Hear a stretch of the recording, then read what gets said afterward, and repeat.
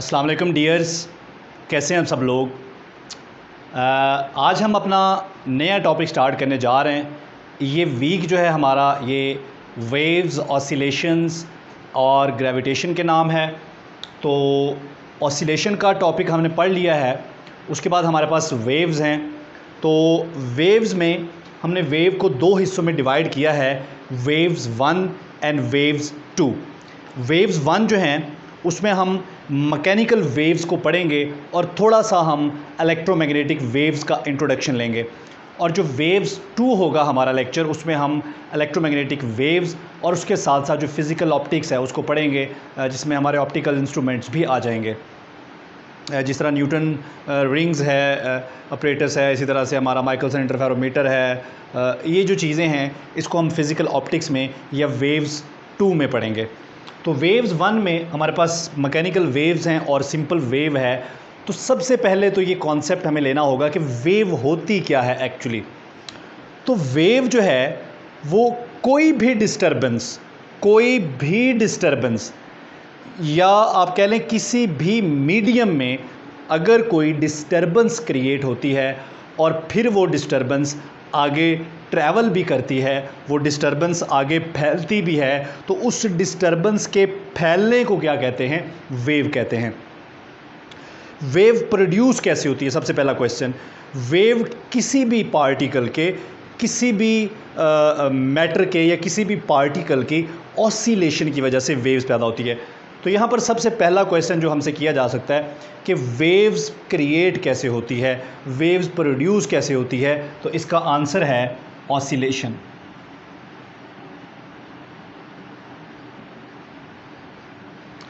Wave produce होती है oscillation से। इसका मतलब है कि वेव प्रोड्यूस होने के लिए ऑसिलेशन का होना ज़रूरी है। जब भी किसी मीडियम में आप इस तरह की डिस्टर्बेंस पैदा करते हो कि उस डिस्टर्बेंस की वजह से उस मीडियम के जो मॉलिक्यूल्स हैं, अगर मैं मैकेनिकल वेव्स की बात करूं तो उस मीडियम के जो मॉलिक्यूल्स हैं या एटम्स हैं वो अपनी मीन पोजीशन के इर्द गिर्द ऑसिलेट करना शुरू कर देते हैं। ये ऑसिलेशंस जो है वो हॉरिजॉन्टल भी हो सकती है और ये ऑसिलेशन वर्टिकल भी हो सकती है। अच्छा, अब एक ऑसिलेट करता हुआ पार्टिकल जब इस डिस्टर्बेंस को अगले पार्टिकल तक मुंतकिल कर देता है तो वो भी ऑसिलेट करना शुरू कर देता है। तो ये जो डिस्टर्बेंस है, इस डिस्टर्बेंस का मीडियम के अंदर प्रोपेगेट होना, इस डिस्टर्बेंस का एक जगह से दूसरी जगह जाना, देखें पार्टिकल्स का ऑसिलेट करना वेव नहीं है। दोबारा ज़रा क्लियर कर लें, पार्टिकल का या मॉलिक्यूल्स का, एटम्स का और मॉलिक्यूल्स का ऑसिलेट करना वेव नहीं है, बल्कि उनका ऑसिलेट करना वेव प्रोड्यूस करता है। डिस्टर्बेंस जो पहले हमने प्रोड्यूस की वो डिस्टर्बेंस आगे कैसे ट्रैवल करेगी? वो ट्रैवल करेगी through interactions between the atoms and molecules of the medium. तो यहाँ पर दो हिस्सों में हम इसको डिवाइड कर सकते हैं। पहला हिस्सा है हमारे पास कि वेव क्रिएट कैसे होती है और दूसरा हिस्सा है कि वेव प्रोपेगेट कैसे करती है। तो सबसे पहले हम ज़रा डायग्राम बना के इसको समझेंगे कि वेव जो है वो क्रिएट कैसे हुई। वेव कहते हम डिस्टर्बेंस को ही हैं, ये बात आप क्लियर कर लें। अगर कहीं पर हमने कोई डिस्टर्बेंस क्रिएट की, ठीक है, जिस तरह एक पानी का पॉन्ड है आपके सामने, पानी का तालाब है, उसके अंदर आप पत्थर फेंकें तो उसमें आपने डिस्टर्बेंस क्रिएट की। उस डिस्टर्बेंस की वजह से अगर उस मीडियम के पार्टिकल ऑसिलेट करना शुरू कर दें तो वेव क्रिएट हो जाएगी। अब वेव क्रिएट हो गई, यानी कि डिस्टर्बेंस क्रिएट हो गई। अब इस डिस्टर्बेंस ने आगे प्रोपेगेट करना है, इस डिस्टर्बेंस ने आगे ट्रैवल करना है। तो इस डिस्टर्बेंस का आगे ट्रैवल करना कहलाता है वेव।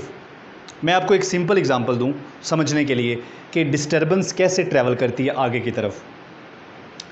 इस एग्जांपल का ताल्लुक सिर्फ वेव के वर्ड को समझने के साथ है, इसका ताल्लुक रियल वेव के साथ नहीं है। आप एग्जांपल ले लेंगे, हमारे पास ये 10 साइकिल हैं और वो एक लाइन में ऐसे खड़े हैं। आप एक साइकिल को गिराएं, वो दूसरे पे गिरेगा, वो तीसरे पे गिरेगा, वो चौथे पे गिरेगा। तो वो जो डिस्टर्बेंस आपने क्रिएट की वो आखिरी साइकिल तक जाएगी। तो ये डिस्टर्बेंस क्या हो गई? ये डिस्टर्बेंस वेव हो गई। लेकिन इसको हम वेव कह नहीं सकते क्योंकि यहाँ पर ऑसिलेशन नहीं है। तो वैसे समझने के लिए, वेव के वर्ड को समझने के लिए, तो वेव क्या है? डिस्टर्बेंस का ट्रैवल करना। वेव क्या है? डिस्टर्बेंस का ट्रैवल करना। और ये डिस्टर्बेंस ट्रैवल कैसे करती है? एटम्स और मॉलिक्यूल्स के इंटरेक्शन की वजह से। ठीक है जी, इंटरेक्शन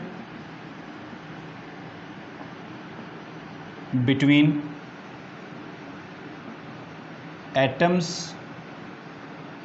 एंड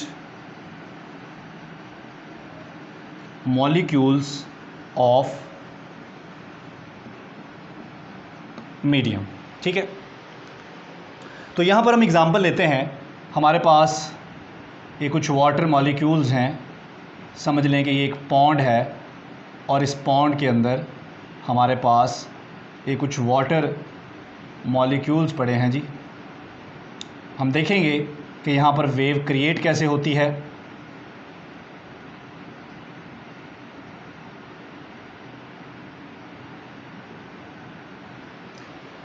अच्छा जी, अब ये हमारे पास समझ लें कि एक पानी का कोई रैदर वायर है, पानी का कोई ज़ख़ीरा है, और यहाँ पर हमने एक स्टोन ड्रॉप किया। अब जिस जगह पर जाकर ये स्टोन, ये पत्थर गिरेगा, वहाँ पर जो लेयर आ रही है वो लेयर प्रेस हो जाएगी नीचे की तरफ। तो नई शेप क्या बन जाएगी हमारे पास? जो नई शेप है वो कुछ यूँ बन जाएगी, यानी कि वो जो लेयर है, जिस लेयर के ऊपर आकर पत्थर गिरा है, वो सारी की सारी लेयर जो है यहाँ पर ऐसे कंप्रेस हो जाएगी।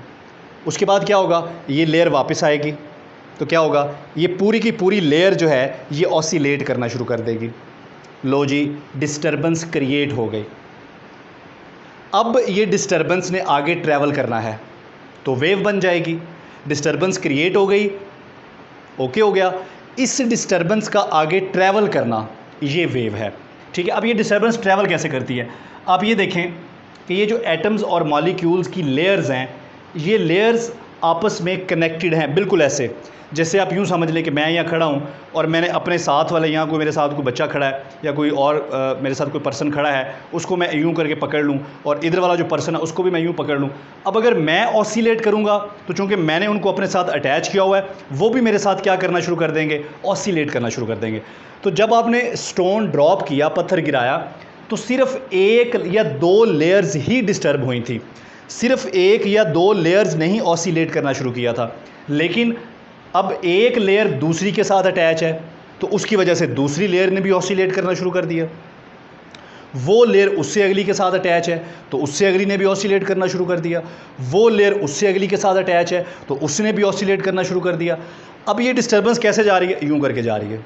ठीक है, तो इस डिस्टर्बेंस का ट्रैवल करना ही क्या कहलाता है? वेव कहलाता है। यहाँ पर एक और मज़े की बात आप देखें, वो ये है कि डिस्टर्बेंस इधर को जा रही है हमारी, ये देखें, ये हमारी डिस्टर्बेंस है, लेकिन पार्टिकल्स इस तरह से ऑसिलेट कर रहे हैं यूं करके। ठीक है, तो पार्टिकल की जो ऑसिलेशन है उसकी डायरेक्शन और देखें वेव की डायरेक्शन, दोनों क्या हैं? दोनों परपेंडिकुलर हैं। अगर दोनों परपेंडिकुलर हैं तो इस तरह की जो वेव होती है उस वेव को कहते हैं ट्रांसवर्स वेव। इस तरह की वेव को क्या बोलते हैं? Transverse wave. आगे चल के हम पढ़ेंगे कि ट्रांसवर्स वेव क्या होती है। अच्छा जी, तो ये तो हो गई वेव की डेफिनेशन, और यहाँ पर डेफिनेशन में लिखा है जी, a wave is a mechanism of energy transfer through disturbances. तो डिस्टर्बेंस जब होती है तो उस डिस्टर्बेंस के थ्रू एनर्जी भी ट्रांसफ़र होती है। लेकिन याद रखें हमारी जो मैकेनिकल वेव्स होती हैं, मैकेनिकल वेव्स के अंदर जो हमारे पार्टिकल जो वेव प्रोड्यूस कर रहे होते हैं, वो पार्टिकल अपनी मीन पोजीशन पे रहते हुए ऑसिलेट करते हैं, लेकिन वेव आगे ट्रैवल करती है।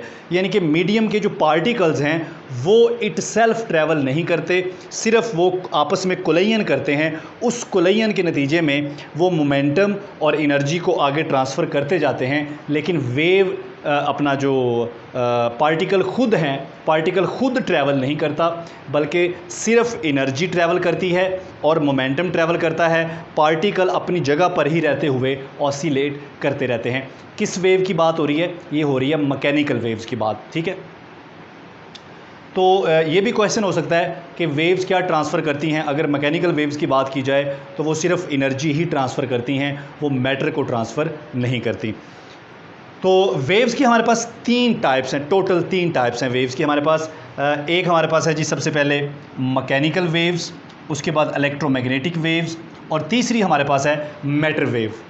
जो मैकेनिकल वेव्स हैं इनकी प्रोपेगेशन के लिए, वेव के ट्रैवल करने के लिए, या वेव प्रोड्यूस हो, वेव कहते ही प्रोपेगेशन का ट्रैवल करना, डिस्टर्बेंस का ट्रैवल करना। वेव बोलते ही किसको हैं? वेव बोलते ही डिस्टर्बेंस के ट्रैवल करने को हैं। तो वेव के लिए, वेव प्रोड्यूस होने के लिए या डिस्टर्बेंस के ट्रैवल करने के लिए मैकेनिकल वेव्स में हमें मीडियम का होना ज़रूरी होता है। जिस तरह आप साउंड वेव्स जो हैं ये विदाउट मीडियम जो है वो ट्रैवल नहीं कर सकती। अगर हवा ना हो तो ये ट्रैवल नहीं कर सकती। वैक्यूम के अंदर साउंड वेव ट्रैवल नहीं कर सकती। वैक्यूम के अंदर साउंड वेव क्रिएट नहीं हो सकती।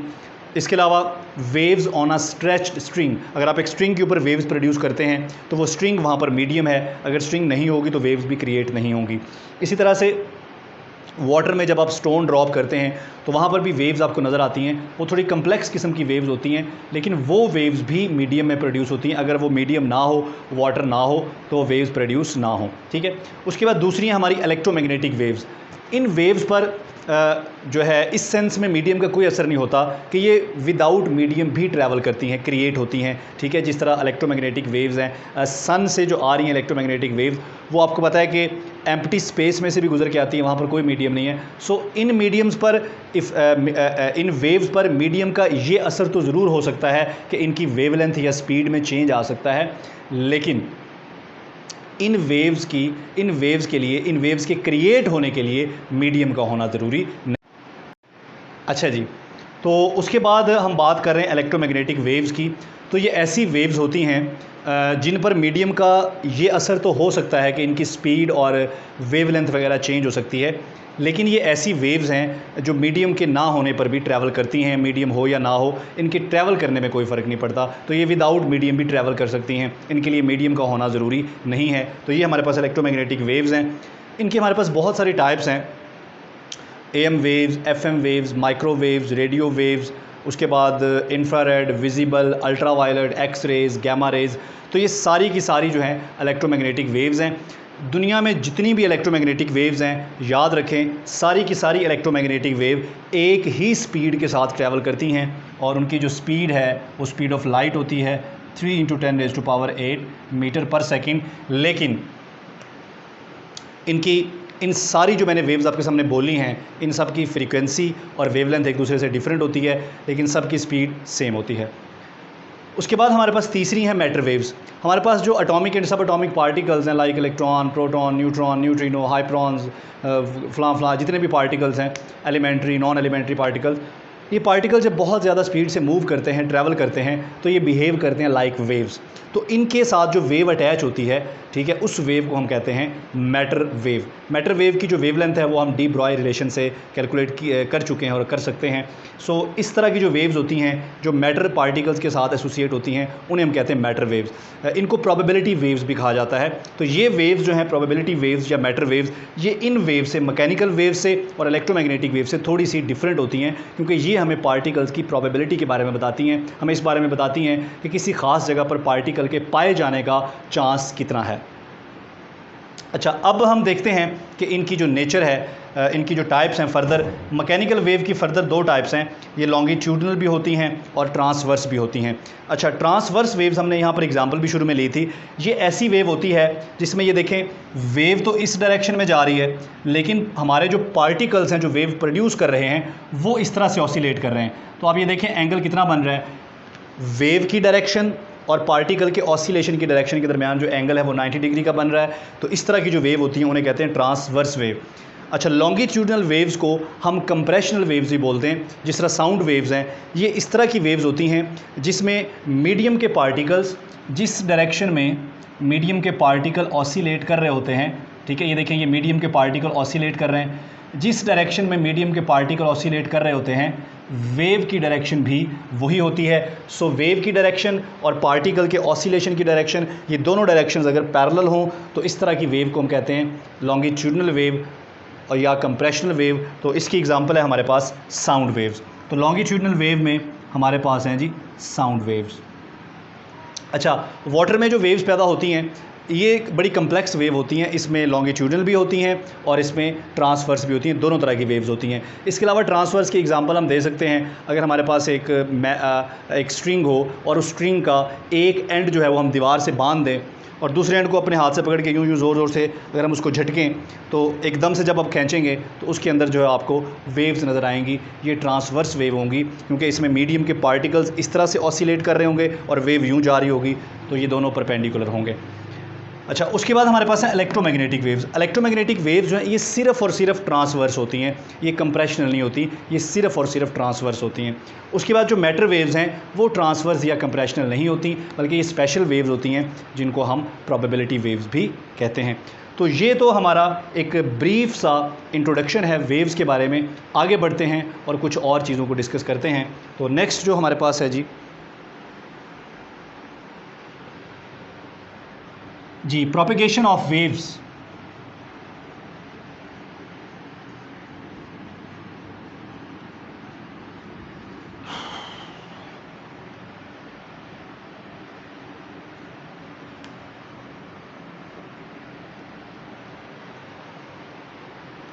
अच्छा जी, वेव ऑब्वियसली हमने कहा कि वेव्स जो हैं ये ऑसिलेशंस की वजह से पैदा होती हैं। और कौन ऑसिलेट कर रहा होता है? मीडियम के पार्टिकल्स ऑसिलेट कर रहे होते हैं या कुछ भी ऑसिलेट कर रहा होता है, किसी भी किस्म की ऑसिलेशन से वेव्स प्रोड्यूस होती हैं। ठीक है, तो वेव्स प्रोड्यूस करने वाले हमारे जो पार्टिकल्स होते हैं या वो डिस्टर्बेंस जिसकी ऑसिलेशन की वजह से वेव प्रोड्यूस हो रही है, उसका जो डिस्प्लेसमेंट ग्राफ होता है उसको हम कुछ यूँ करके बनाते हैं। ये वाई एक्सिस पे हमने डिस्प्लेसमेंट ले लिया और एक्स एक्सिस पे हमने टाइम ले लिया। ठीक है, तो ये है जी हमारा डिस्प्लेसमेंट और टाइम ग्राफ। अच्छा, इस ग्राफ को हम आमतौर पर वेव भी कहते हैं, लेकिन एक्चुअली ये वेव है नहीं। वेव तो उस डिस्टर्बेंस का ट्रैवल करना ही है। ठीक है, लेकिन जो पार्टिकल्स वेव प्रोड्यूस कर रहे हैं उनकी ऑसिलेशन को हम इस ग्राफ की मदद से रिप्रेजेंट करते हैं। इस ग्राफ को हम वेव का नाम भी देते हैं, लेकिन एक्चुअली ये है डिस्प्लेसमेंट ग्राफ। इसको हम आमतौर पर साइनोसॉइडल वेव भी कहते हैं, लेकिन ये साइनोसॉइडल वेव किस सेंस में है? ये उन पार्टिकल्स का जो पार्टिकल्स वेव प्रोड्यूस कर रहे हैं उनका डिस्प्लेसमेंट और टाइम ग्राफ है। इसमें जो ये पीक है इसको पीक बोलते हैं।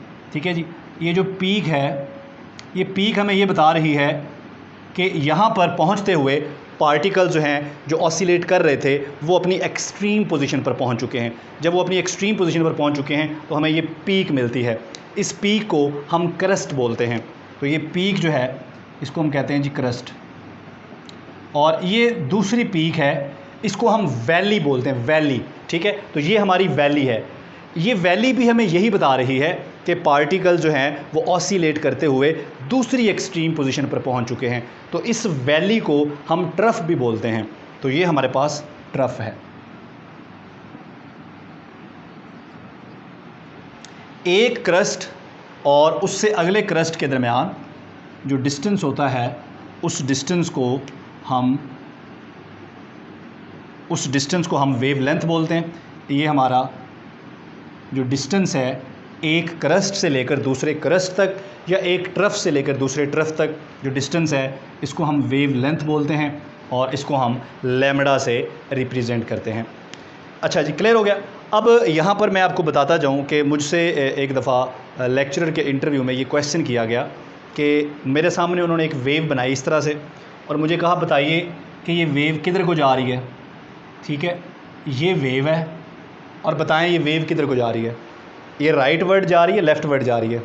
आप नहीं बता सकते जब तक आप इस वेव की डिस्प्लेसमेंट इक्वेशन नहीं लिखते। आप नहीं बता सकते कि ये राइट डायरेक्शन में जा रही है या लेफ़्ट डायरेक्शन में जा रही है।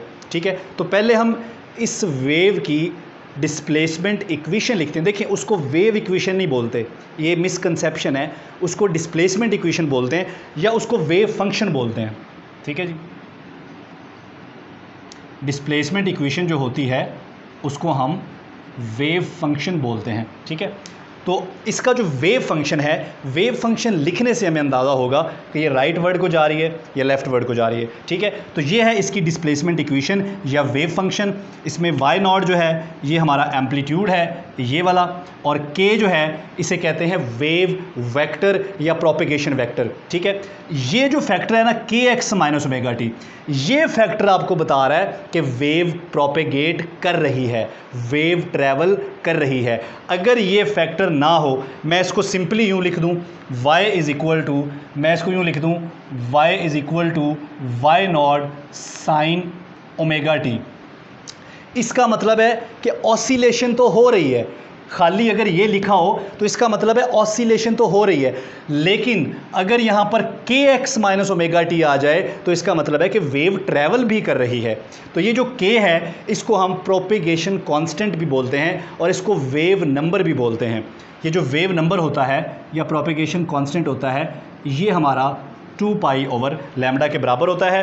तो ये वाला फैक्टर जो आपको नज़र आ रहा है ये फैक्टर हमें बता रहा है कि ये वेव ट्रैवल कर रही है, ये वेव प्रोपेगेट कर रही है, क्योंकि इसके अंदर वेव वेक्टर या प्रोपेगेशन कांस्टेंट आ गया। अच्छा, अब अगर तो ये के पॉजिटिव है, अगर तो ये के पॉजिटिव है तो इसका मतलब है कि वेव जा रही है राइट वर्ड डायरेक्शन में। एंड मैं इस दीवार के साथ फिक्स कर दूं और दूसरा एंड में अपने हाथ में पकड़ के ज़ोर ज़ोर से इस तरह से उसको हिलाऊं, ठीक है, तो उसमें मुझे वेव्स, ट्रांसवर्स वेव जाती हुई नज़र आएंगी। ठीक है, तो इसे कहते हैं वेव्स ऑन अ स्ट्रिंग। अच्छा, तो स्पीड ऑफ वेव किस तरह से निकाली जा सकती है? जो ये हमारी वेव्स हैं, ठीक है जी, इन वेव्स की जो स्पीड है वो हम सिंपली निकाल सकते हैं v is equal to f lambda से। ठीक है, लेकिन जो वेव ऑन स्ट्रिंग है उसकी स्पीड का फार्मूला हमारे पास है t ओवर म्यू। ये t जो है ये टेंशन है स्ट्रिंग में, और जब आप स्ट्रिंग को खींचेंगे तो स्ट्रिंग में टेंशन प्रोड्यूस होगी, और म्यू जो है इसे कहते हैं मैस पर यूनिट लेंथ, इसे बोलते हैं मैस पर यूनिट लेंथ। तो इस फार्मूले से आप स्पीड ऑफ वेव निकाल सकते हैं, लेकिन ये सिर्फ किसके लिए है? ये सिर्फ स्ट्रिंग पर जो वेव प्रोड्यूस होती हैं उसके लिए है। क्लियर हो गया जी? आगे चल के हम इसको फर्दर अगली स्लाइड में एक्सप्लेन करते हैं।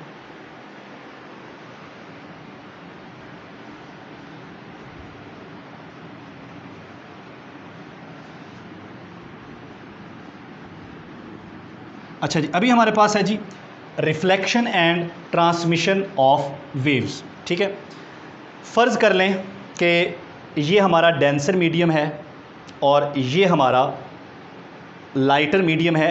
लाइटर मीडियम से एक वेव आ रही है और डेंसर मीडियम से टकरा रही है। जो ही वो डेंसर मीडियम से टकराएगी तो वेव रिफ्लेक्ट होकर वापस आ जाएगी, लेकिन रिफ्लेक्शन के बाद उसका जो फेज़ है आप देख रहे हैं कि वेव बिल्कुल उलट गई है, उसका एम्पलीट्यूड बिल्कुल उलट गया है। तो वेव जो है हम कहेंगे कि वेव में 180 डिग्री का फेज़ शिफ्ट आ गया है। ठीक है, तो पहले इसका जो एम्पलीट्यूड था ये इस तरह था अपवर्ड डायरेक्शन में, तो अब इसका जो एम्पलीट्यूड है वो डाउनवर्ड डायरेक्शन में हो गया। तो आप कह सकते हो कि वेव में 180 डिग्री का फेज़ शिफ्ट आ गया। If a heavier string is attach to a lighter string, फ़र्ज़ करें हमारे पास दो स्ट्रिंग्स हों, ठीक है, एक हमारे पास हैवियर स्ट्रिंग हो, ये हमारे पास एक हैवियर स्ट्रिंग है, इस हैवियर स्ट्रिंग को हम कनेक्ट कर दें एक लाइटर स्ट्रिंग के साथ। ठीक है जी, ये हमारे पास लाइटर स्ट्रिंग है, तो क्या होगा? If a heavier string is attach to a lighter string the wave will completely be transmitted at the boundary. ये बाउंड्री है दोनों स्ट्रिंग्स के दरमियान। तो क्या होगा? कोई भी वेव जो हमारे हैवियर मीडियम से या डेंसर मीडियम से लाइटर मीडियम में आ रही है, तो बाउंड्री के ऊपर जब ये वेव टकराएगी बाउंड्री से, तो बाउंड्री से टकराने के बाद ये वेव जो है ये लाइटर मीडियम में पूरी की पूरी ट्रांसमिट हो जाएगी। ठीक है, इसे कहते हैं transmission. If a lighter string is attach with a heavier, अगर उलट कर दें, पहले यहाँ पर हैवियर लाइटर स्ट्रिंग हो और बाद में हैवियर स्ट्रिंग हो, तो लाइटर स्ट्रिंग में जो वेव प्रोड्यूस होगी वो वेव जब बाउंड्री पे पहुँचेगी तो वो वेव ट्रांसमिट भी होगी और उसके साथ साथ रिफ्लेक्ट भी होगी। ठीक है, कुछ वेव का पोर्शन रिफ्लेक्ट भी होगा और कुछ वेव का पोर्शन जो है वो ट्रांसमिट भी होगा। ठीक है, तो यहाँ पर हम बना लेते हैं, हमारे पास लाइटर स्ट्रिंग है, ये लाइटर स्ट्रिंग है, इस लाइटर स्ट्रिंग को हम अटैच कर देते हैं एक हैवियर स्ट्रिंग के साथ। ये हमारी हैवियर स्ट्रिंग है। तो लाइटर स्ट्रिंग में जो वेव प्रोड्यूस हो रही है ये वेव जब बाउंड्री से टकराएगी तो इस वेव का कुछ पोर्शन जो है वो रिफ्लेक्ट होगा, लेकिन जो पोर्शन इसका रिफ्लेक्ट होगा, ठीक है, वो ऐसे ही रिफ्लेक्ट होगा जैसे वो आगे को जा रहा था, यानी कि कोई फेज़ शिफ्ट नहीं आएगा, ज़ीरो फेज़ शिफ्ट, 0 डिग्री का फेज़ शिफ्ट। और कुछ पोर्शन जो है वो आगे ट्रांसमिट हो जाएगा। जो पोर्शन ट्रांसमिट होगा उस पोर्शन के फेज़ शिफ्ट में भी कोई चेंज, उसके भी फेज़ में कोई चेंज नहीं आएगा, तो बाउंड्री पर कोई फेज़ शिफ्ट नहीं होगा। ठीक हो गया। एक और बात याद रखें, ये क्वेश्चन 2-3 दफ़ा पीपीएससी के पेपर में रिपीट हुआ, बार बार ये आ जाता है कि जब कोई वेव एक मीडियम से दूसरे मीडियम में जाती है तो उसकी किस चीज़ में तब्दीली आती है। तो तब्दीली आती है उस वेव की वेवलेंथ में, उस वेव की स्पीड में, लेकिन फ्रीक्वेंसी में कोई तब्दीली नहीं आती। ये बात याद रखनी है आपने, ये बार बार पूछी जाती है। जब भी कोई वेव एक मीडियम से दूसरे मीडियम में एंटर होती है तो उस वेव की फ्रीक्वेंसी में कोई तब्दीली नहीं आती। तो नेक्स्ट स्लाइड पे चलते हैं जी, हमारे पास क्या है।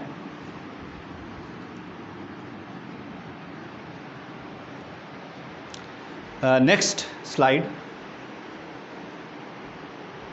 जी, power transferred on string by wave. जब वेव ट्रैवल करती है स्ट्रिंग के ऊपर तो वो पावर भी ट्रांसफ़र करती है। उस पावर को आप इस रिलेशन से निकाल सकते हैं। उसके बाद ये हमारे पास है वेव इक्वेशन। इससे पहले जो हमने पढ़ा y = y0 sin kx, वो था वेव फंक्शन। ये है वेव इक्वेशन, ठीक है। इसको आप del स्क्वायर y ओवर, इसको आप यूँ भी लिख सकते हैं, partial square y over partial x square is equal to 1 over v square partial square y over partial t square. ये है लीनियर वेव इक्वेशन, यानी कि ऐसी वेव जो सिर्फ एक ही डायमेंशन में मूव कर रही हो।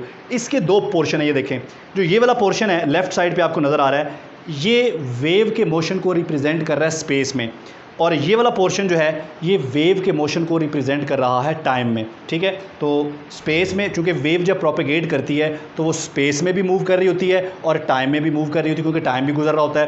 तो वेव की जो प्रोपेगेशन है वो स्पेस टाइम दोनों में होती है। सो ये कहलाती है लीनियर वेव इक्वेशन। उसके बाद हमारे पास आ जाती है जी स्पीड ऑफ साउंड, ठीक है।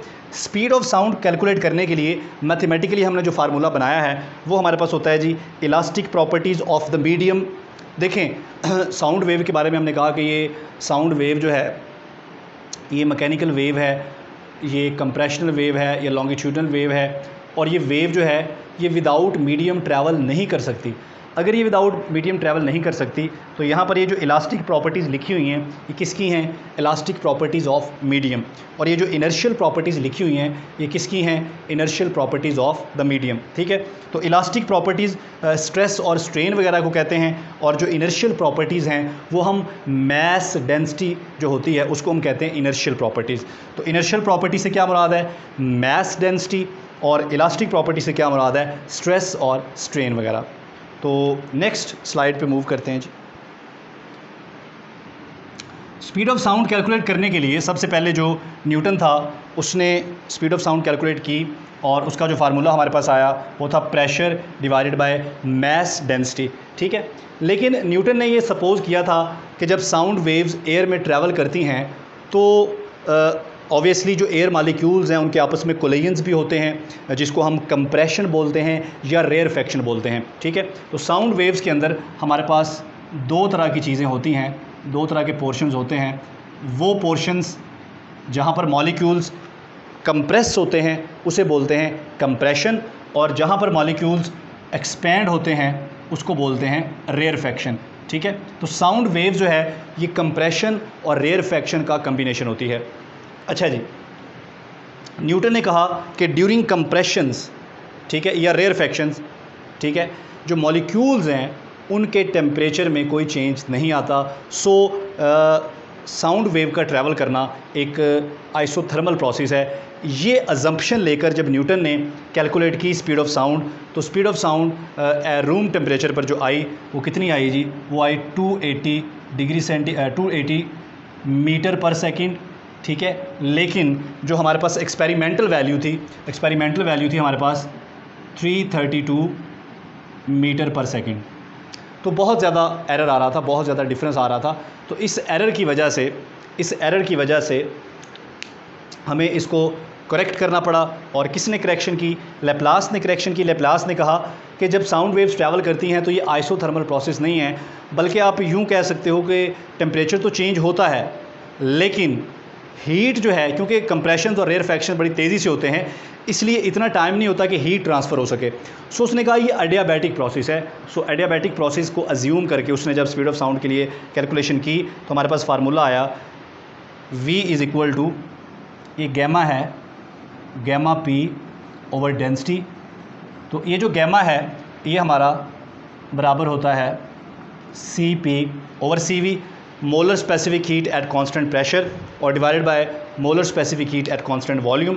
तो ये जो हमारी स्पीड ऑफ साउंड है, ठीक है जी, इसमें जब हमने अपनी वैल्यूज़ पुट की तो हमारे पास जो आंसर था वो इसके करीब करीब आया।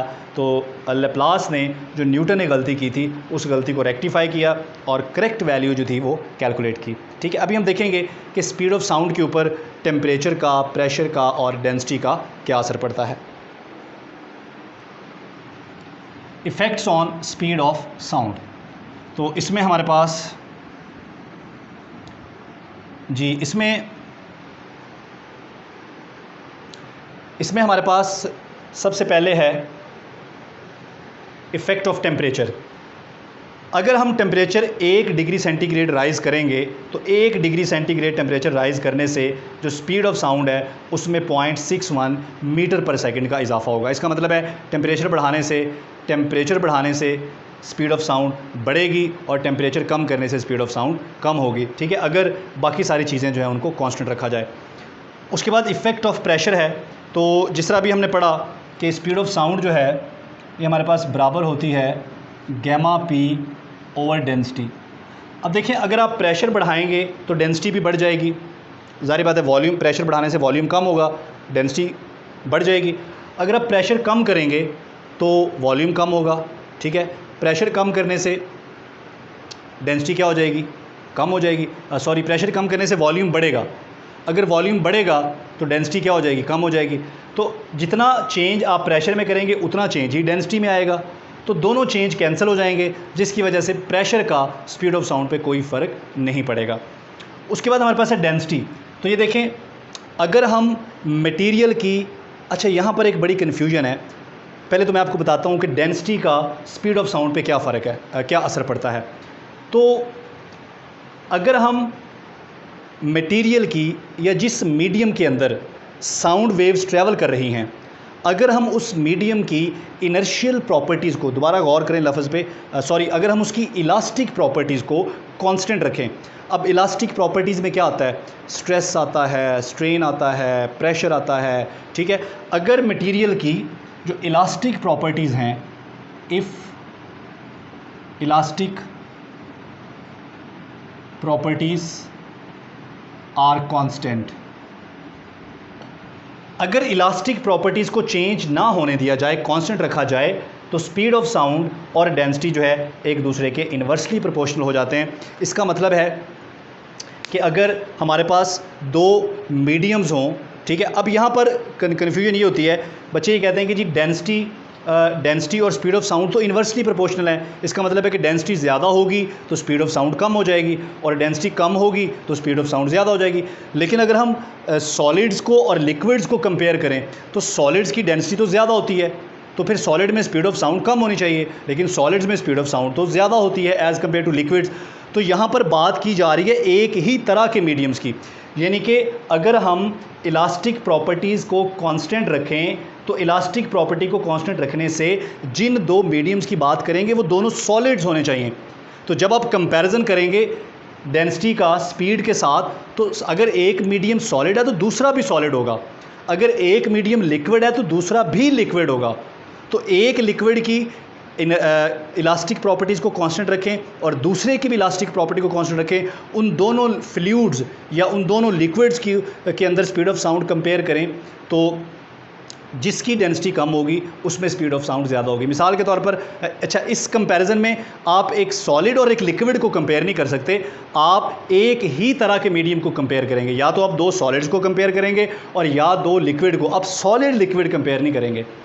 अच्छा, तो इस तरह अगर हम बात करें, ये पेपर में क्वेश्चन भी आया हुआ है एसएस के पेपर में 2015 में, कि जो हाइड्रोजन है और ऑक्सीजन है, आपको पता है कि ऑक्सीजन की डेंसिटी ज़्यादा है, इसलिए ऑक्सीजन में जो स्पीड ऑफ साउंड है वो कम है, हाइड्रोजन की डेंसिटी कम है। अगर डेंसिटी कम है तो उसमें स्पीड ऑफ साउंड ज़्यादा है, ठीक है। तो ये पेपर में क्वेश्चन आया हुआ है, ठीक है। इसको आप डेंसिटी वाला जो फार्मूला है, दोनों की डेंसिटी को आप लिख कर, मसलन आप यहाँ पर लिखें जी ऑक्सीजन की डेंसिटी और हाइड्रोजन की डेंसिटी, और उनकी डेंसिटीज़ को कंपेयर करें, डेंसिटीज़ को कंपेयर करके फिर आप स्पीड ऑफ साउंड को कंपेयर करें, ठीक हो गया। अच्छा जी, ये तो हो गए जी हमारे effects on speed of sound. तो आगे मूव करते हैं जी, नेक्स्ट हमारे पास क्या है जी, उसके बाद हमारे पास है जी इंटरफेरेंस ऑफ साउंड वेव्स। अच्छा, इंटरफेरेंस का वर्ड जो है, अगर इसकी अंग्रेज़ी हम देखें, इसकी अंग्रेज़ी का जो तर्जमा है, उर्दू तर्जमा, इंटरफेरेंस का मतलब है डिस्टर्ब करना, लेकिन फ़िज़िक्स में या वेव्स के अंदर इंटरफेरेंस का मतलब है एडिशन या सब्ट्रैक्शन, ठीक है। यानी कि इंटरफेरेंस का मतलब वेव्स के अंदर बिल्कुल भी डिस्टर्बेंस नहीं है। मिसाल के तौर पर दो वेव्स एक दूसरे को इस तरह से भी इंटरफेयर करती हैं कि वो एक दूसरे को डिस्टर्ब किए बगैर एक दूसरे के अंदर से गुजर जाती हैं, ठीक है। अब यहाँ पर कोई डिस्टर्बेंस तो नहीं है, लेकिन इंटरफेरेंस फिर भी है। सो फिज़िक्स में या वेव्स में इंटरफेरेंस का मतलब उस तरह की डिस्टर्बेंस नहीं है जिस तरह हमारा आम ज़िंदगी में डिस्टर्बेंस का हम इंटरफेरेंस का मतलब लेते हैं।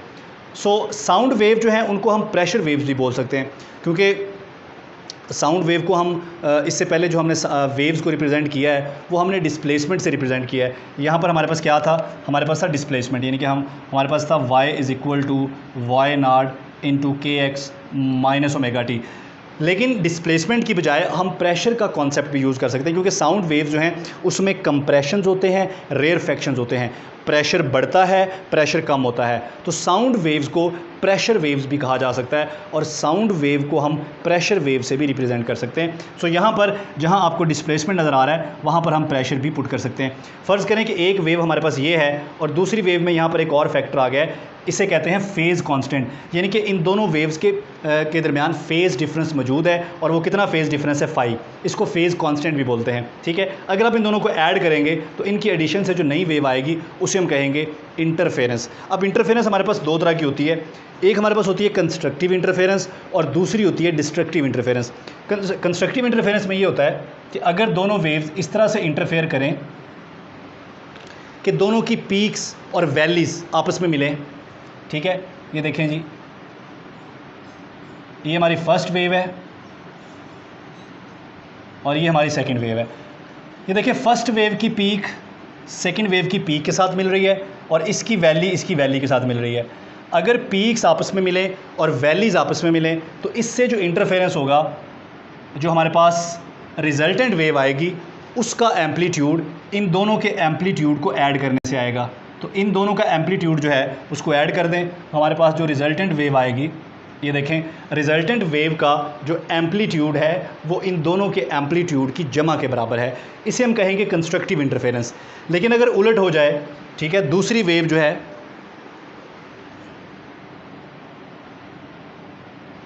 हमारी जो सेकंड वेव है,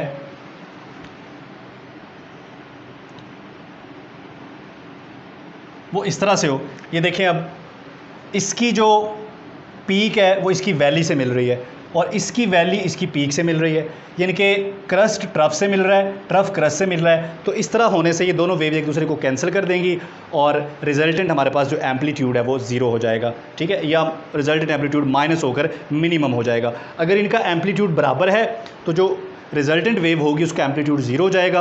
अगर इनका एम्पलीट्यूड बराबर नहीं है तो उस सूरत में जो रिजल्टिंग वेव होगी उसका एम्पलीट्यूड इन दोनों के एम्पलीट्यूड को माइनस करने से आएगा। लेकिन याद रखें, इंटरफेरेंस के लिए ज़रूरी है कि वेव की फ्रीक्वेंसी सेम होनी चाहिए और वेव एक ही डायरेक्शन में ट्रैवल कर रही हों, ठीक है, और वेव के दरमियान या तो कोई फेज़ डिफरेंस हो ही ना, अगर फेज़ डिफरेंस हो तो वो कांस्टेंट फेज़ डिफरेंस हो, ठीक है। फेज़ डिफरेंस आप समझते हैं ना, दो वेव जब ट्रैवल कर रही होती हैं तो उनमें कितना एंगल का फ़र्क होता है, उसे हम फेज़ डिफरेंस कहते हैं। जिस तरह यहाँ पर देखें, इन दोनों के दरमियान जो फेज़ डिफरेंस है वो 180 डिग्री है और कांस्टेंट है थ्रू आउट, ठीक है। इससे पहले जो हमने वेव्स बनाई थी उनमें जो फेज़ डिफरेंस था वो ज़ीरो था और थ्रू आउट ही ज़ीरो था, यानी कि इंटरफेरेंस के लिए ज़रूरी है या तो फेज़ डिफरेंस हो ही ना, और अगर हो तो फिर कांस्टेंट फेज़ डिफरेंस हो। ठीक है। अच्छा जी, कंस्ट्रक्टिव इंटरफेरेंस की कंडीशन ये है कि दो वेव्स के दरमियान जो पाथ डिफरेंस है वो उनकी वेवलेंथ का कोई ना कोई इंटीग्रल मल्टीपल हो, यानी कि लैम्बडा, 2 लैम्बडा, 3 लैम्बडा, 4 लैम्बडा। अगर ये कंडीशन पूरी होगी तो कंस्ट्रक्टिव इंटरफेरेंस होगा।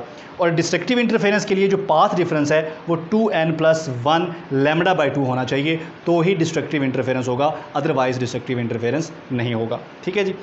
यहाँ पर रिमेंबर में हमारे पास है जी साउंड वेव्स, ये पहले हम बात कर चुके हैं कि साउंड वेव जो हैं ये हमारी प्रेशर वेव्स भी कहलाई जा सकती हैं। नेक्स्ट स्लाइड पे चलते हैं जी। जी ये चार्ट में कुछ कंपैरिजन किया गया है। ठीक है, तो इस कंपैरिजन को आप देख सकते हैं कि जो कंस्ट्रक्टिव इंटरफेरेंस है उसमें क्या होता है और डिस्ट्रक्टिव में क्या होता है। कंस्ट्रक्टिव इंटरफेरेंस में पाथ डिफरेंस क्या है और डिस्ट्रक्टिव में हमारे पास पाथ डिफरेंस क्या है। ठीक है जी। तो ये पाथ डिफरेंस जो है ये m लैम्बडा है और यहाँ पर भी हमारे पास ये 2m+1 लैम्बडा बाय 2 है। ठीक है, इसको करेक्ट कर लीजिएगा। उसके बाद हमारे पास है जी रिजल्टेंट एम्पलीट्यूड इज़ मैक्सिमम, वहाँ पर है मिनिमम, और रिजल्टेंट इंटेंसिटी जो है यहाँ मैक्सिमम है और वहाँ पर मिनिमम है। ठीक है, तो यहाँ से हमें MCQs जो हैं वो हमसे पूछे जा सकते हैं। चलें जी, नेक्स्ट स्लाइड पे मूव करते हैं जी। हमारे पास बड़ा ही इम्पॉर्टेंट है जी डॉपलर्स इफ़ेक्ट। तो डॉपलर्स इफ़ेक्ट जो है ये हर तरह की वेव्स के लिए स्टडी किया जा सकता है। यहाँ पर हम डॉपलर वेव जो है वो साउंड वेव के लिए स्टडी करने जा रहे हैं, लेकिन डॉपलर वेव जो है वो किसी भी तरह की वेव्स के लिए हो सकता है। डॉपलर इफ़ेक्ट जो है ये साउंड वेव्स में, मैकेनिकल वेव्स में भी हो सकता है, इलेक्ट्रोमैग्नेटिक वेव्स में भी हो सकता है। सो डॉपलर इफ़ेक्ट है क्या? Change in frequency of sound due to relative motion between source and observer. Source हम कहते हैं जो साउंड प्रोड्यूस करे, और ऑब्जर्वर हम कहते हैं जो साउंड को ऑब्ज़र्व करे। इन दोनों के दरमियान जब मोशन होगा तो उस रिलेटिव मोशन की वजह से जो हमारा ऑब्जर्वर है वो जो साउंड की फ्रीक्वेंसी सुनेगा वो ओरिजिनल फ्रीक्वेंसी नहीं होगी, इसे कहते हैं डॉपलर्स इफ़ेक्ट। मिसाल के तौर पर कभी आप एक प्लेटफॉर्म पे खड़े हों और दूर से ट्रेन आ रही हो, अगर ट्रेन आपकी तरफ आ रही है तो उसके हॉर्न की आवाज़ डिफरेंट होगी, लेकिन अगर ट्रेन आपसे अवे जा रही है तो उसके हॉर्न की आवाज़ डिफरेंट होगी। या कभी आपने सुना हो आप एक जगह पर खड़े हों और एक ट्रैक्टर आपके पास से गुजरे और उस ट्रैक्टर पर बड़ी ऊँची आवाज़ में गाने लगे हों, तो जब वो आपके पास से गुजरेगा तो आपको बड़ी क्लियर समझ आएगी, लेकिन जो ही वो आपसे दूर जाएगा तो अजीबो-गरीब किस्म की आवाज़ें आपके कान में आएंगी। तो ये ऐसा क्यों होता है? फ्रीक्वेंसी में चेंज की वजह से होता है। और ये फ्रीक्वेंसी एक्चुअली में चेंज नहीं हो रही, एक्चुअली फ्रीक्वेंसी साउंड की वही है जो है, लेकिन जो ऑब्जर्वर है उसको रिलेटिव मोशन की वजह से जो फ्रीक्वेंसी सुनाई दे रही है वो फ्रीक्वेंसी डिफरेंट है, इसे कहते हैं रिलेटिव फ्रीक्वेंसी। तो सबसे पहला केस है ऑब्जर्वर मूविंग टुवर्ड सोर्स। अगर हमारी सोर्स रेस्ट पे हो और ऑब्जर्वर उसकी तरफ आ रहा हो तो ऑब्जर्वर जो फ्रीक्वेंसी सुनेगा वो ये फ्रीक्वेंसी होगी। अब ये देखें, v स्पीड ऑफ साउंड है, v not speed of observer है, v स्पीड ऑफ साउंड है। ठीक है, अब ये देखें न्यूमिनेटर में दो चीज़ें ऐड हो रही हैं, इसका मतलब है कि न्यूमिनेटर की वैल्यू डिनोमिनेटर से ज़्यादा है। अगर न्यूमिनेटर की वैल्यू ज़्यादा है तो इस फ्रैक्शन का आंसर 1 से ज़्यादा आएगा। अगर इस फ्रैक्शन का आंसर 1 से ज़्यादा आएगा तो फिर f प्राइम जो है ये ज़्यादा हो जाएगा f से। इसका मतलब है ऑब्जर्वर जो साउंड की फ्रीक्वेंसी सुनेगा वो ओरिजिनल फ्रीक्वेंसी से ज़्यादा होगी। अच्छा, अगर ऑब्जर्वर अवे मूव कर रहा हो तो ये माइनस हो जाएगा। जब ये माइनस होगा तो फिर इस फैक्टर की ओवरऑल वैल्यू 1 से कम हो जाएगी। जब 1 से कम हो जाएगी तो ऑब्जर्वर जो फ्रीक्वेंसी सुनेगा वो कम होगी ओरिजिनल फ्रीक्वेंसी से। उसके बाद आगे हमारे पास अब ऑब्जर्वर जो है, अच्छा इसमें अब हमारी सोर्स है, यहाँ पर क्या है जी, source moving away from observer. ठीक है जी, और यहाँ पर भी सोर्स मूविंग, यहाँ पर है टूवर्ड्स और यहाँ पर है source moving away from observer. तो अगर सोर्स, अच्छा पहले क्या था, सोर्स रेस्ट पे थी, ऑब्जर्वर मूव कर रहा था। अब क्या है, ऑब्जर्वर रेस्ट पे है, सोर्स ऑब्जर्वर की तरफ जा रही है। ठीक है, इस सूरत में अगर सोर्स ऑब्जर्वर की तरफ जा रही है तो हमारे पास जो फार्मूला है वो ये है। अब देखें डिनोमिनेटर जो है इसकी वैल्यू, इसमें दो चीज़ें माइनस हो रही हैं, सो डिनोमिनेटर की वैल्यू कम हो रही है। अगर कम हो रही है तो इस फैक्टर की ओवरऑल वैल्यू बढ़ेगी। तो इसका मतलब है कि एफ प्राइम जो है इज़ ग्रेटर देन एफ, और यहाँ पर F prime is less than F. अगर सोर्स ऑब्जर्वर की तरफ मूव करेगी तो फ्रीक्वेंसी ज़्यादा हो जाएगी, लेकिन अगर सोर्स ऑब्जर्वर से अवे मूव करेगी तो ऑब्जर्वर जो फ्रीक्वेंसी सुनेगा वो कम हो जाएगी। ठीक है, तो जनरल डॉपलर शिफ्ट को हम यूँ भी लिख सकते हैं। अच्छा, यहाँ पर हमारे ज़हन में क्वेश्चन आता है कि अगर हम सोर्स के करीब होंगे तो फ्रीक्वेंसी ज़्यादा होगी, सोर्स से अवे होंगे। नहीं, हमारी जो डॉपलर इफेक्ट है ये डिपेंड करता है रिलेटिव मोशन के ऊपर, यानी कि सोर्स और ऑब्जर्वर के दरमियान रिलेटिव मोशन होना चाहिए, लेकिन ये बिल्कुल भी इस बात पे डिपेंड नहीं करता कि सोर्स और ऑब्जर्वर के दरमियान डिस्टेंस क्या है। क्लियर होगी बात? डॉपलर इफेक्ट डिस्टेंस पे डिपेंड नहीं करता, ये डिपेंड करता है रिलेटिव मोशन के ऊपर। तो ये था जी हमारा डॉपलर इफेक्ट। तो आगे बढ़ते हैं जी नेक्स्ट स्लाइड की तरफ।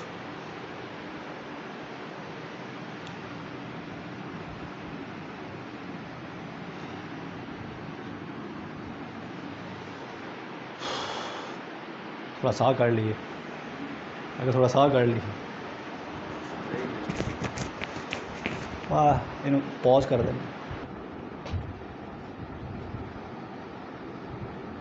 अच्छा जी, तो उसके बाद हमारे पास हैं शॉक वेव्स। शॉक वेव्स भी साउंड वेव्स होती हैं, लेकिन ये ऐसी साउंड वेव्स होती हैं जिनके अंदर जो स्पीड ऑफ सोर्स है वो साउंड वेव की स्पीड से भी ज़्यादा हो जाती है। यानी कि हमारी जो सोर्स है जो साउंड प्रोड्यूस कर रही है उसकी जो स्पीड है वो वेव की स्पीड से, ये वेव की स्पीड है उससे ज़्यादा हो जाती है। ऐसी सूरत में क्या होता है कि सोर्स आगे निकल जाती है और वेव जो हैं उसके पीछे रह जाती हैं। ठीक है, तो ये इस किस्म का पैटर्न बनता है। ठीक है, अगर आप इसको इस तरह कंबाइन करें तो ये एक कौन सी बन जाती है। इस किस्म की जो वेव्स होती हैं इन्हें कहते हैं शॉक वेव्स। ठीक है, शॉक वेव्स की कंडीशन आपके सामने है कि सोर्स की जो स्पीड है, ये हमारी सोर्स है, इसकी स्पीड साउंड वेव की स्पीड से ज़्यादा हो जाए।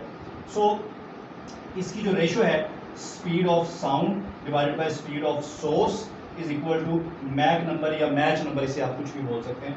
ठीक हो गया, तो आगे मूव करते हैं जी। हमारे पास आ गई है जी लाइट। तो लाइट जो है हमें पता है लाइट की ड्यूअल नेचर है।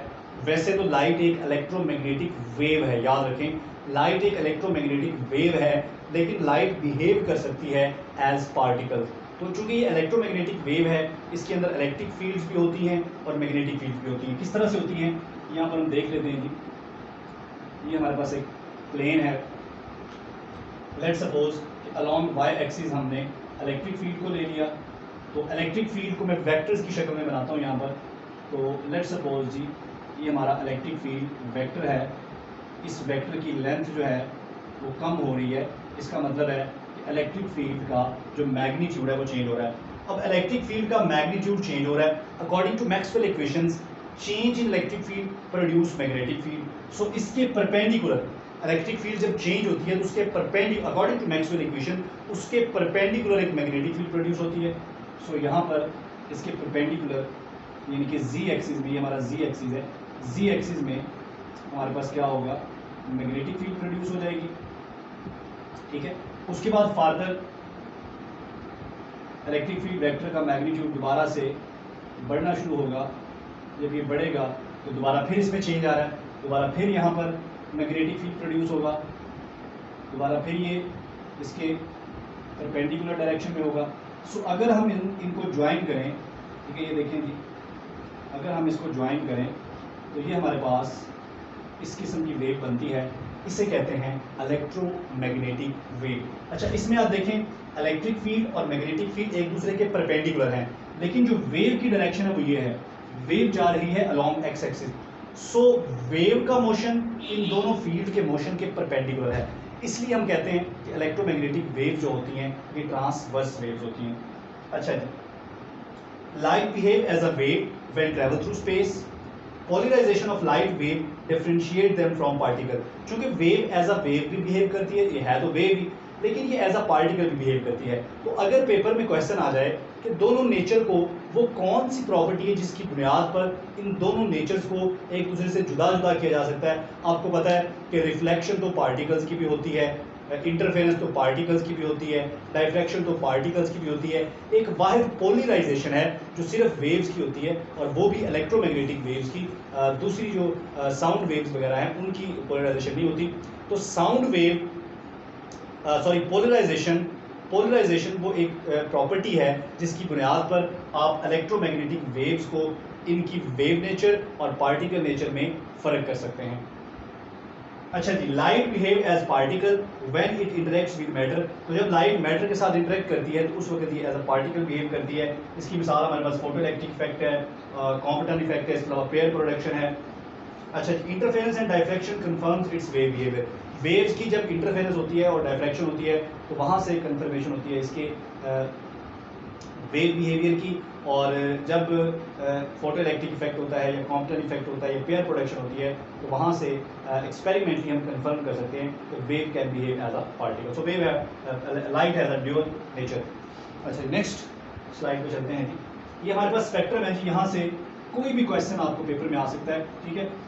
तो इलेक्ट्रोमैग्नेटिक वेव्स की बहुत सारी टाइप्स हैं हमारे पास। जो सबसे ज़्यादा फ्रीक्वेंसी, अच्छा फ्रीक्वेंसी और वेवलेंथ एक दूसरे के उलट होते हैं। फ्रीक्वेंसी सबसे ज़्यादा तो वेवलेंथ सबसे कम।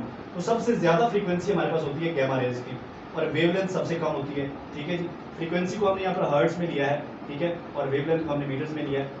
उसके बाद आती है एक्सरेज। एक्सरेज से कम फ्रीक्वेंसी होती है अल्ट्रावायलेट की, अल्ट्रावायलेट से कम फ्रीक्वेंसी होती है विजिबल लाइट की। तो ये वो पोर्शन है, ये वो पोर्शन है ये वाला जो हमें नज़र आता है इलेक्ट्रोमैग्नेटिक वेव्स के स्पेक्ट्रम का, वो हिस्सा जो हमें नज़र भी आता है, जिसको हम विजिबल लाइट भी बोलते हैं।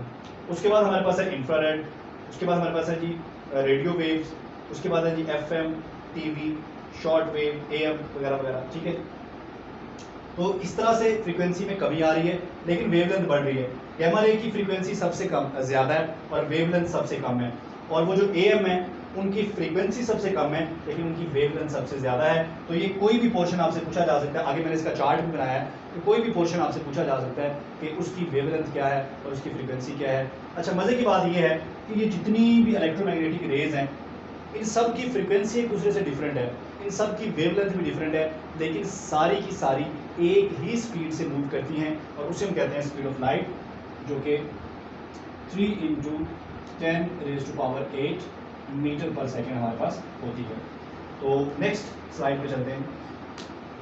देखें, ये हमारा इलेक्ट्रोमैग्नेटिक वेव का स्पेक्ट्रम जो है उसके अंदर जो विजिबल पोर्शन है उसको हमने यहाँ पर प्लॉट किया है। तो यहाँ से कोई भी क्वेश्चन आपसे MCQs बना के पूछा जा सकता है कि जो वॉयलेट है, ठीक है, उनकी फ्रीक्वेंसी की रेंज क्या है, वेवलेंथ की रेंज क्या है। जो ब्लू है, फ्रीक्वेंसी कहाँ से कहाँ तक होती है, वेवलेंथ कहाँ से कहाँ, वेवलेंथ यहाँ पर नैनोमीटर में दी है, ठीक है। इस तरह से जो ग्रीन है, फ्रीक्वेंसी कहाँ से कहाँ तक होती है, वेवलेंथ कहाँ से कहाँ तक होती है। येलो की फ्रीक्वेंसी कहाँ से कहाँ तक है और वेवलेंथ कहाँ से कहाँ तक है। सो इस स्पेक्ट्रम को आपको याद करना पड़ेगा, इसको आपको रटा मारना पड़ेगा। तो नेक्स्ट मूव करते हैं कि हम इंटरफेरेंस ऑफ लाइट। अच्छा, हमने वेव को दो हिस्सों में डिवाइड किया है, एक हमारे पास है मैकेनिकल वेव्स का पोर्शन, एक इलेक्ट्रोमैग्नेटिक वेव्स का पोर्शन। तो वो जो इलेक्ट्रोमैग्नेटिक वेव्स वाला पोर्शन है उसको हम नेक्स्ट लेक्चर में देखेंगे। अभी थोड़ा सा हमने इसका ब्रीफ सा यहाँ पर इंट्रोडक्शन देना है। सो हमारे पास है इंटरफेरेंस। तो when two light waves of same phase, देखिए ये और करना आपने, उनका फेज भी सेम हो, सेम फ्रीक्वेंसी हो, moving in same direction, interact with each other. अब तीन प्रॉपर्टीज देखें, सेम फेज, सेम फ्रीक्वेंसी और मूविंग इन सेम डायरेक्शन। तो वो जब आपस में मिलती हैं उनके मिलने से क्या होता है, उनके मिलने से होता है इंटरफेरेंस, ठीक है जी। इंटरफेरेंस के लिए, इंटरफेरेंस को डिटेक्ट करने के लिए ज़रूरी है कि जो लाइट वेव्स हैं शुड बी मोनोक्रोमेटिक। अब ये मोनोक्रोमेटिक क्या होता है, मोनोक्रोमेटिक ये होता है कि उनकी जो वेवलेंथ है, दो लाइट्स, दो रेज जो आपस में इंटरेक्ट कर रही हैं उनकी वेवलेंथ सेम होनी चाहिए, ठीक है। मोनोक्रोमेटिक का जो उर्दू तर्जमा है वो है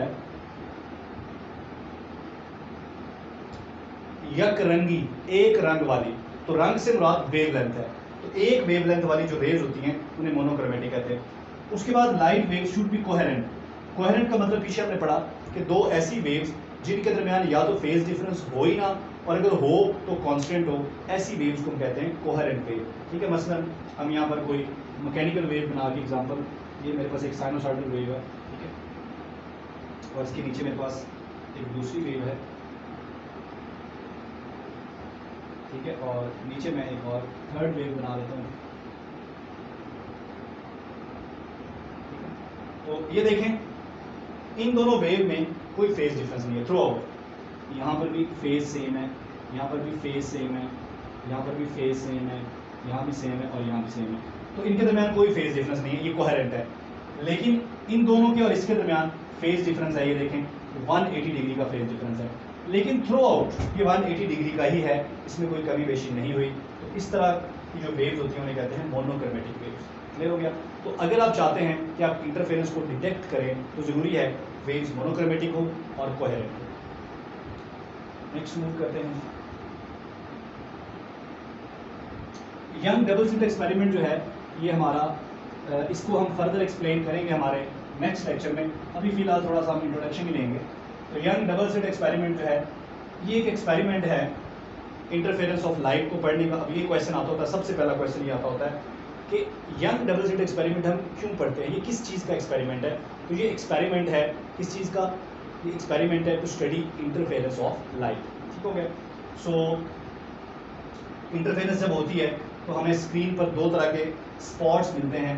ठीक है जी, एक हमें ब्राइट स्पॉट मिलते हैं और एक हमें डार्क। तो ब्राइट और डार्क स्पॉट्स को हम बोलते हैं फ्रिंजेस।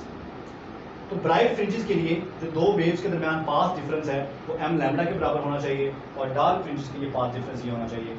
जो पोजीशन है स्क्रीन के ऊपर, जो ब्राइट फ्रिंज की पोजीशन है वो m lambda l over d के बराबर होती है, और जो डार्क फ्रिंज की पोजीशन है वो ये है। उसके बाद फ्रिंज स्पेसिंग, यानी कि दो फ्रिंजेस के दरमियान, दो ब्राइट फ्रिंजेस के दरमियान या दो डार्क फ्रिंजेस के दरमियान, ये मैं जो ब्राइट फ्रिंजेस हैं उसको रेड पेन से बना देता हूँ और जो डार्क है उनको ब्लैक से। तो दो डार्क फ्रिंजेस के दरमियान या दो ब्राइट फ्रिंजेस के दरमियान जो डिस्टेंस होता है ये सेम होता है। इस डिस्टेंस को कहते हैं फ्रिंज स्पेसिंग, और आप देख रहे हैं कि ये सेम है। ठीक है, ये डार्क के लिए भी सेम है और ब्राइट के लिए भी सेम है। क्लियर हो गया जी? तो आगे मूव करते हैं। Superposition of waves. सुपरपोजिशन क्या होता है? जब दो वेव्स आपस में मिलती हैं तो उनके जो एम्पलीट्यूड्स हैं वो ऐड हो जाते हैं, इसे कहते हैं सुपरपोजिशन ऑफ वेव्स। ठीक है, मिसाल के तौर पर हमारे पास दो वेव्स हैं, एक का एम्पलीट्यूड है y1 और दूसरी का एम्पलीट्यूड है y2। अगर ये आपस में मिलेंगी तो इनके मिलने से इनके जो एम्पलीट्यूड्स हैं, ठीक है, ये या तो ऐड हो जाएंगे और या सब्ट्रैक्ट हो जाएंगे। तो इसको बोलते हैं सुपरपोजिशन ऑफ वेव्स। तो जब इनके एम्पलीट्यूड्स ऐड होंगे, अगर तो ये सेम फेज में होंगी तो इनके एम्पलीट्यूड ऐड होंगे और जो रिजल्टिंग एम्पलीट्यूड होगा वो ज़्यादा हो जाएगा, और अगर ये आउट ऑफ फेज होंगी तो फिर इनके एम्पलीट्यूड सब्ट्रैक्ट हो जाएंगे और जो रिजल्टिंग एम्पलीट्यूड होगा वो मिनिमम होगा। ठीक है, तो इस तरह से हम इनको ऐड कर सकते हैं। ये डेफिनेशन आप पढ़ सकते हैं, if two or more waves, more traveling waves are moving through a medium, the resultant value of the wave function at any point is the algebraic sum of the values of wave functions of individual waves। ठीक है, तो ये जो wave functions हैं, इन wave functions को add करेंगे, इनको add करने से हमारे पास जो wave function आएगा वो कहलाएगा resultant wave function।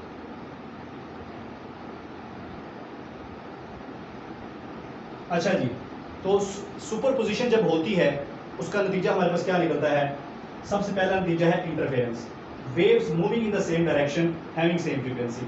अगर सुपरपोजिशन करने वाली वेव की फ्रीक्वेंसी सेम हो और वो सेम डायरेक्शन में ट्रैवल कर रही हो तो इस सूरत में जो रिजल्ट होता है उसे कहते हैं इंटरफेरेंस। अगर वेव्स की फ्रीक्वेंसी सेम हो लेकिन वो अपोजिट डायरेक्शन में मूव कर रही हो तो जो रिजल्ट आता है उसे कहते हैं स्टेशनरी वेव्स। और अगर वेव्स की फ्रीक्वेंसी में स्लाइड सा डिफरेंस हो, ठीक है, लेस देन 10 अगर ये डिफरेंस हो तो उससे जो वेव्स बनती हैं उन्हें हम कहते हैं बीट्स। क्लियर हो गया? तो आगे हम मूव करते हैं जी।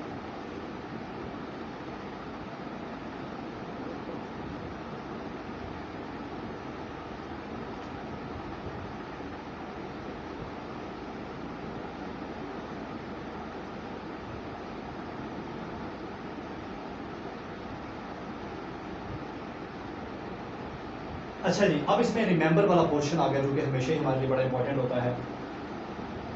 Interference of means addition of waves in physics. Interference का मतलब डिस्टर्बेंस नहीं है फिजिक्स में। Waves that obey the principle of superposition are called linear waves, और जो इसको ओबे नहीं करती उन्हें कहते हैं नॉन लीनियर वेव्स।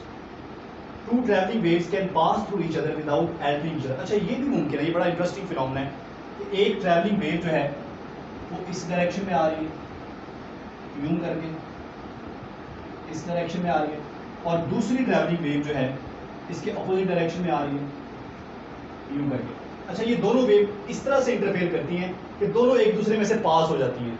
ठीक है, यूं आ रही हैं, यूं पास हुई, और एक इधर निकल गई, एक इधर निकल गई, एक दूसरे में से बिल्कुल ऐसे पास होती है जैसे कुछ हुआ ही नहीं। ना तो किसी की फ्रीक्वेंसी में चेंज आया, ना डायरेक्शन में, ना वेवलेंथ में, ना स्पीड में। ठीक है जी, तो ये फिनोमेना जो है ये भी इंटरफेरेंस ही कहलाता है। Mechanical linear waves have amplitude much smaller than wavelength. अच्छा जी, तो ये जो रिमेंबर था ये हमने सारा डिस्कस कर लिया था। तो अब नेक्स्ट स्लाइड पे मूव करते हैं। ये देखें जी, हमारे पास जो सुपरपोजिशन है उसको मैथमेटिकली हम किस तरह से रिप्रेजेंट कर सकते हैं। हमारे पास ये फर्स्ट वेव फंक्शन है पहली वेव का, और ये दूसरी वेव का वेव फंक्शन है। जब इनकी सुपरपोजिशन होगी तो इन दोनों के वेव फंक्शंस को हम ऐड कर देंगे तो जो रिजल्टिंग वेव फंक्शन आएगा हमारे पास। देखिए, रिजल्टिंग वेव फंक्शन के अंदर ये फैक्टर भी आ रहा है। इसका मतलब है कि दो वेव्स जब आपस में मिलेंगी तो उनके मिलने से जो रिजल्टेंट वेव होगी वो भी ट्रैवलिंग वेव होगी, क्योंकि ये वाला जो kx माइनस ओमेगा टी है ये रिप्रेजेंट कर रहा है कि वेव ट्रैवल कर रही है, और ये 5/2 जो है ये हमारा फेज़ कांस्टेंट है। ठीक है, क्योंकि इन दोनों वेव्स के दरमियान फेज़ डिफरेंस था, तो जब आप इसको मैथमेटिकली सॉल्व करेंगे ए साइन इस पूरे फंक्शन को आप x1 कह लें और इस पूरे को आप x2 कह लें, तो वो जो मैथमेटिक्स में हमारे पास जो फार्मूले होते हैं ट्रिग्नोमेट्री में, तो वो ट्रिग्नोमेट्री के फार्मूले लगा के यहाँ पर जब इसको सिंप्लीफाई करेंगे तो ये हमारे पास रिजल्टिंग वेव का वेव फंक्शन आ जाएगा। तो नेक्स्ट मूव करते हैं जी, स्टैंडिंग वेव्स। ये बड़ी इंपॉर्टेंट वेव्स हैं हमारे पास। स्टैंडिंग वेव, जैसा कि हमने पहले पढ़ा कि दो ऐसी वेव्स जिनकी फ्रीक्वेंसी भी सेम हो, उनका फेज़ भी सेम हो, लेकिन वो ट्रैवल अपोजिट डायरेक्शन में कर रही हों, तो वो आपस में इस तरह से इंटरफेयर करती हैं, ठीक है, कि वेव्स जो हैं उनके एम्पलीट्यूड्स ऐड भी नहीं होते, लेकिन वो इस तरह से इंटरफेयर करती हैं कि वो जो वेव्स बनाती हैं वो वेव्स एक ही जगह पर रुक जाती हैं। उनको कहते हैं स्टैंडिंग वेव्स या स्टेशनरी वेव्स। ठीक है, तो हमारे पास क्या होता है, दो वेव्स होती हैं हमारे पास जिनका एम्पलीट्यूड, फ्रीक्वेंसी और फेज़ सेम होता है, लेकिन दोनों अपोजिट डायरेक्शन में मूव कर रही होती हैं।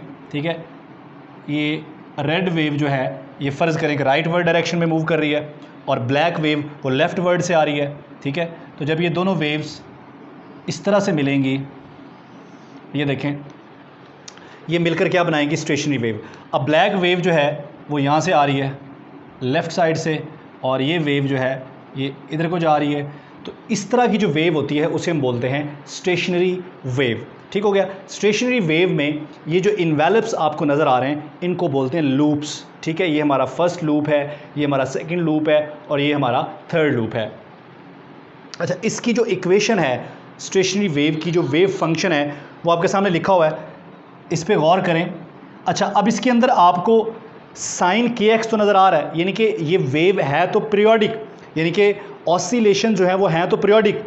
इस मैथमेटिकल फंक्शन में आपको पीरियोडिसिटी तो नज़र आ रही है, पीरियड तो नज़र आ रहा है। ये देखें sine kx cos omega t, आपको पीरियड तो नज़र आ रहा है, लेकिन इसके अंदर आपको ट्रैवलिंग नज़र नहीं आ रही, क्योंकि ट्रैवलिंग कब होती है, जब आपको kx माइनस ओमेगा टी नज़र आता है, kx माइनस ओमेगा टी। तो ये जो kx माइनस ओमेगा टी है ये ट्रैवलिंग फंक्शन है, लेकिन यहाँ पर आप देखिए ट्रैवलिंग फंक्शन नहीं है।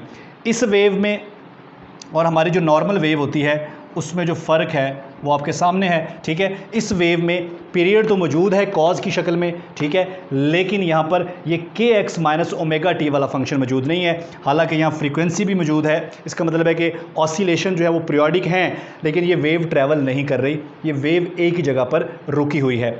अच्छा, ये जो वेव है ये एनर्जी को भी ट्रैप कर लेती है। ये देखें, ये पॉइंट्स जहाँ पर वेव का डिस्प्लेसमेंट ज़ीरो है, इन पॉइंट्स को कहते हैं नोड्स। ठीक है, तो ये हमारा नोड है, ये भी हमारा नोड है, और ये भी हमारा नोड है। और वो पॉइंट्स जहाँ पर एम्पलीट्यूड मैक्सिमम नज़र आ रहा है आपको, इसे बोलते हैं एंटी नोड्स। तो ये हमारे एंटी नोड्स हैं। ठीक है, दो नोड्स के दरमियान एनर्जी ऑसिलेट तो करती है, एनर्जी नोड से दूसरे नोड की तरफ और फिर दूसरे नोड से वापस पहले नोड की तरफ, तो एनर्जी ऑसिलेट तो कर रही है। ये ऑसिलेशन की फ्रीक्वेंसी भी हमारे पास आ गई है, ये पीरियड भी हमारे पास आ गया है। इसका मतलब है कि एनर्जी दो नोड्स के दरमियान ऑसिलेट कर रही होती है, लेकिन एक नोड से आगे नहीं जा पाती। इसका मतलब है हम यूँ भी कह सकते हैं कि स्टेशनरी वेव्स के अंदर दो नोड्स के दरमियान एनर्जी ट्रैप हो जाती है, दो नोड्स के दरमियान एनर्जी। इसका मतलब है कि ये ऐसी वेव्स हैं जो एनर्जी को ट्रांसफ़र नहीं करती, ये ऐसी वेव्स हैं जो एनर्जी को ट्रांसफ़र नहीं करती। अच्छा जी, उसके बाद हमने बात की नोड्स की और एंटी नोड्स की। पास्ट पेपर्स में पीपीएससी में ये क्वेश्चन आया हुआ है कि दो नोड्स के दरमियान या दो एंटी नोड्स के दरमियान डिस्टेंस जो है वेवलेंथ की टर्म्स में कितना होता है। तो ये देखें, हमारी एक वेव जो है वो यहाँ से शुरू हो रही है और यहाँ पे ख़त्म हो रही है। इसका मतलब है कि यहाँ तक वेव हाफ हुई है, ठीक है। तो इसका ये मतलब हुआ कि यहाँ से लेकर यहाँ तक जो डिस्टेंस है वो वेवलेंथ का हाफ होगा, क्योंकि एक वेवलेंथ यहाँ पर जाके कंप्लीट हो रही है, तो ये डिस्टेंस वेव का हाफ लेंथ है, वेवलेंथ का हाफ है। सो दो नोड्स के दरमियान या दो एंटी नोड्स के दरमियान जो डिस्टेंस होता है ये λ/2 होता है। और अगर आप एक नोड और अगले एंटी नोड के दरमियान देखें तो ये डिस्टेंस इस वाले डिस्टेंस का फर्दर हाफ हो जाएगा, तो ये हो जाएगा λ/4। इसका मतलब है एक नोड और दूसरे एंटी नोड या एक एंटी नोड और दूसरे नोड के दरमियान जो डिस्टेंस है वो λ/4 है, लेकिन दो एंटी नोड्स या दो नोड्स के दरमियान जो डिस्टेंस होता है वो λ/2 होता है। तो आगे चल के रिमेंबर में हम काफ़ी सारी चीज़ें देखते हैं और फर्दर इस पर डिस्कशन करते हैं। तो मूव करते हैं जी नेक्स्ट स्लाइड पे। जी यहाँ पर काफ़ी सारी चीज़ें हैं जिनको हम डिस्कस कर सकते हैं। सो इनमें हमारे पास सबसे पहले जो है the point of zero amplitudes are nodes, बात हो गई है, ये भी हो गई है। 2a is amplitude of envelope. तो यहाँ पर वो जो आपको इन्वेलप नज़र आ रहा था, ठीक है, इस पूरे इन्वेलप का मैं दोबारा से बना देते हैं यहाँ पर। तो ये जो इन्वेलप आपको नज़र आ रहा है, इस पूरे इन्वेलप का जो एम्पलीट्यूड है वो 2a है। स्टेशनरी वेव को हम सिंगल वेव से रिप्रेजेंट नहीं कर सकते, बल्कि स्टेशनरी वेव को हमेशा उसके इन्वेलप से ही रिप्रेजेंट किया जाता है। डिस्टेंस ये भी हो गया जी। In standing waves different particles move with different amplitude. अच्छा, ये भी हो सकता है कुछ पार्टिकल्स यहाँ पर हैं, कुछ पार्टिकल्स यहाँ पर हैं, कुछ यहाँ पर हैं, कुछ यहाँ पर हैं, तो पार्टिकल्स का एम्पलीट्यूड डिफरेंट हो सकता है। All particles move with same phase, लेकिन सबका फेज सेम होता है, यानी कि एक साथ चलते हैं सब पार्टिकल्स। जो डाउनवर्ड डायरेक्शन में मूव कर रहे हैं वो भी, और जो इस डायरेक्शन में मूव कर रहे हैं वो भी, सब चलते एक साथ हैं, उनका फेज सेम होता है, लेकिन एम्पलीट्यूड उनका डिफरेंट हो सकता है। No energy is transferred. और स्टैंडिंग वेव्स के अंदर इसे कहते हैं SWR, standing wave ratio. Standing wave ratio जो होती है ये होता है मैक्सिमम एम्पलीट्यूड और divided by minimum amplitude.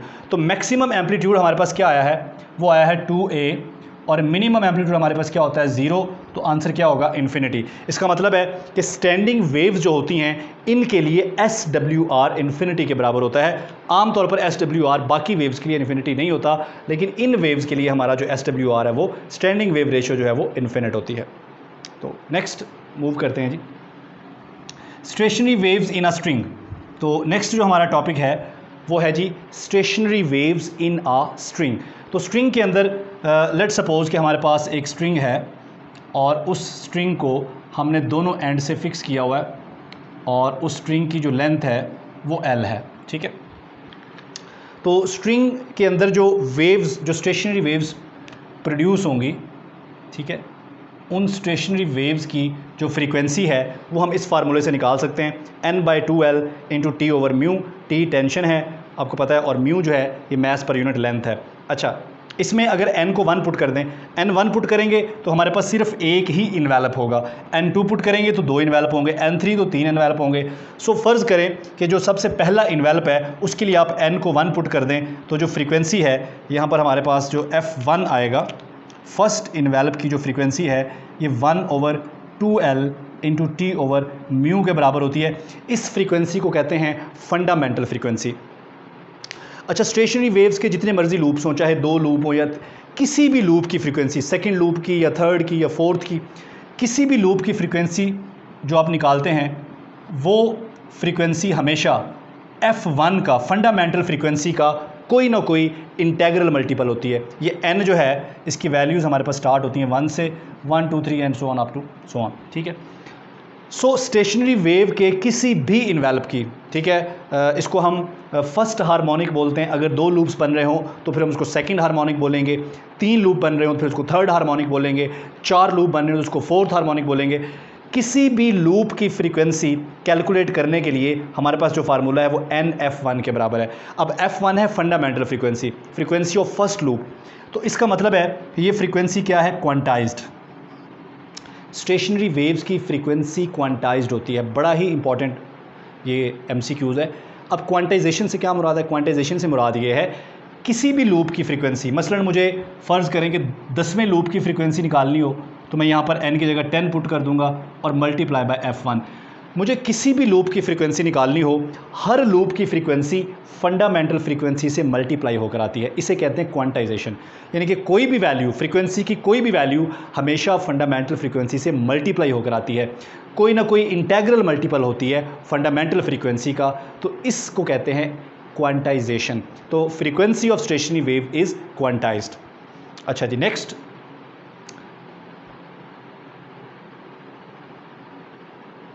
Ji, wavelength of different modes, ठीक है। तो डिफरेंट मोड्स हमारे पास हो सकते हैं, उनकी फ्रीक्वेंसी कैसे हम कैलकुलेट कर सकते हैं।